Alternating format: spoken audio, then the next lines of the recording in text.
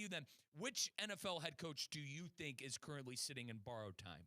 Going to the Big Apple, going to MetLife Stadium, and going to Brian Daboll. This is a win-now roster move when going to the quarterback position by signing Russell Wilson, which those words just feel disgusting coming out of my mouth after what we've seen with Russell Wilson the past several years in both of his tenures, Pittsburgh, and, of course, a disaster in Denver. But I think Brian Daboll is on win this year.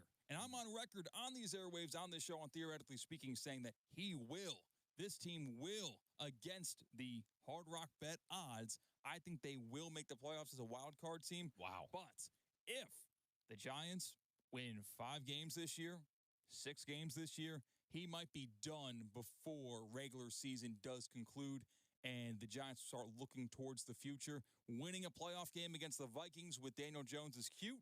That was a long time ago, and it has gone downhill since then.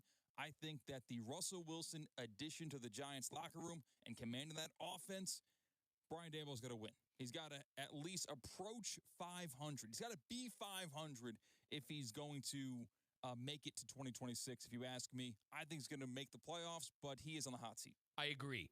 So the two coaches that I have listed, McDaniel and Daboll, I feel like that's their own tier.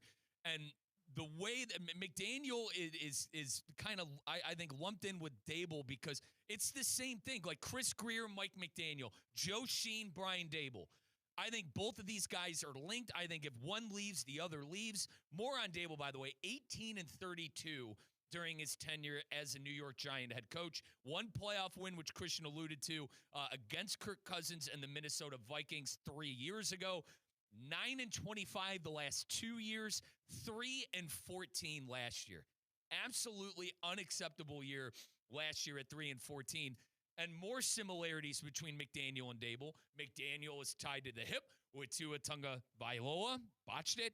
And then Brian Daboll is linked to the hip, was linked to the hip, rather, with Daniel Jones. And Christian, usually you don't get a second chance at the quarterback position. And if I could press you a little bit, you think this team's a wild card team? Partner Russell. So you buying into Russell Wilson? You think Jackson Dart is going to be able to step in and have some good starts for the Giants next year? What I'm bought into is essentially the Giants having their own Legion of Boom 2025 NFL draft. That's what I saw. I saw a fantastic draft made by the New York Giants. I thought it strengthened during the draft with that front seven.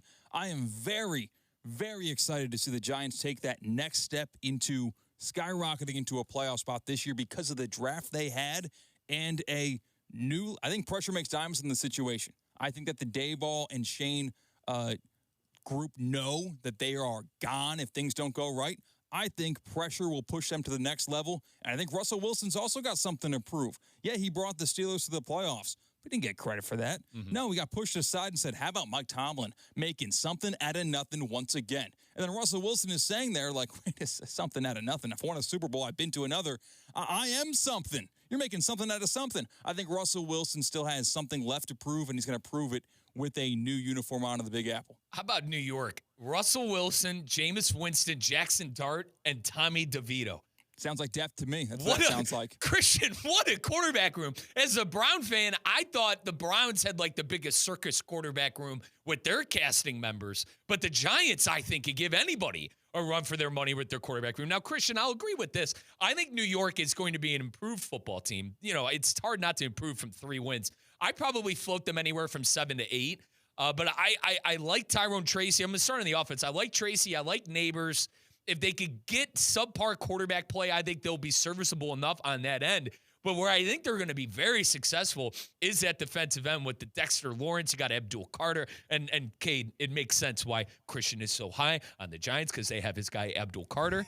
but I feel like this is a team where you got to see some improvement. If you're the owner of the New York Giants and you're bringing back Joe Sheen, Brian Daboll, and company after going 3-14 last year, you want to see this team be competitive in damn near every single game they play. I think 7 or 8 wins can do that and keep them around for another year. My worry is, though, it's just, God, man, Russell Wilson, Jameis Winston, Jackson Dart, Tommy DeVito.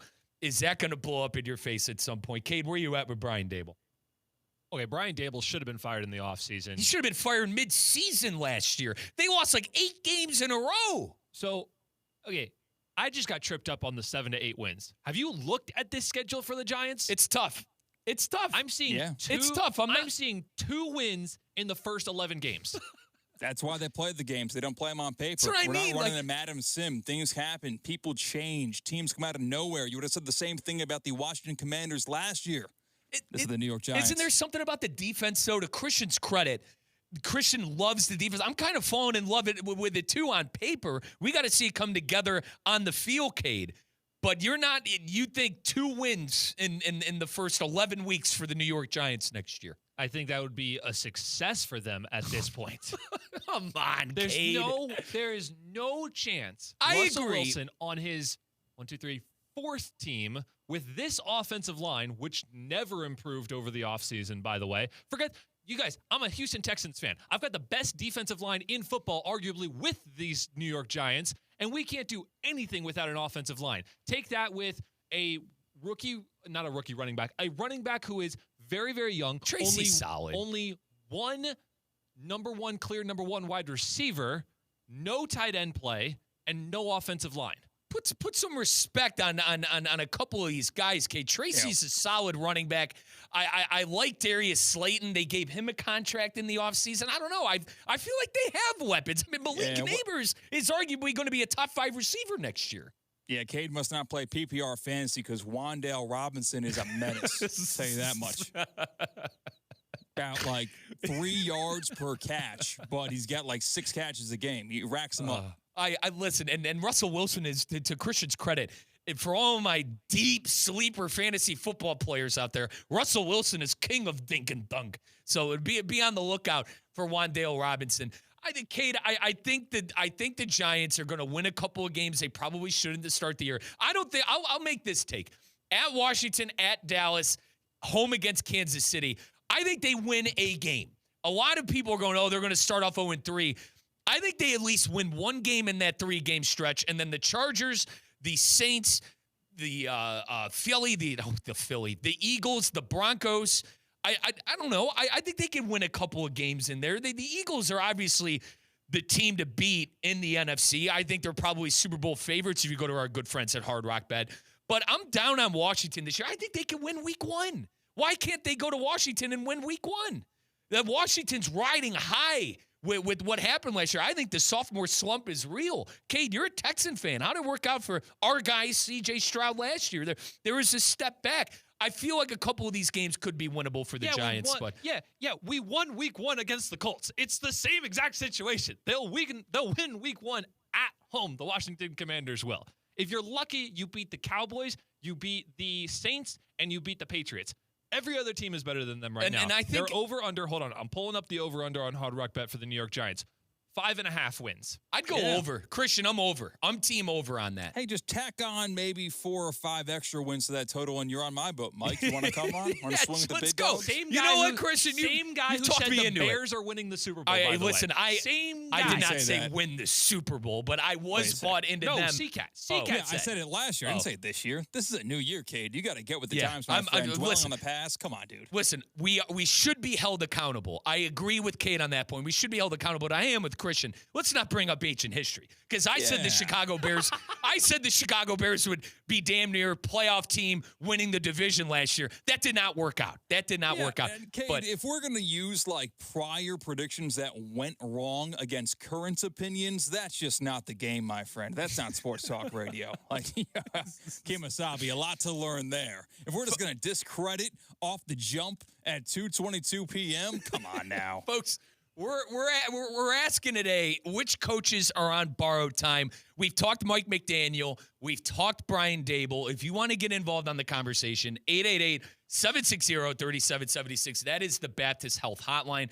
I feel like those two boys are kind of in their own tier. Christian disagrees with Mike McDaniel, and you're kind of falling in the middle there. I think McDaniel's seat is as hot as it was, 2 days ago, Kate, when it was 98 degrees here in South Florida. But McDaniel and Daboll, I feel like, are in their own tier. Shane Steichen, Kevin Stefanski, Zach Taylor, Brian Callahan. The Steichen stuff cracks me up. I was looking at a couple of lists who had Steichen ahead of Brian Daboll. Steichen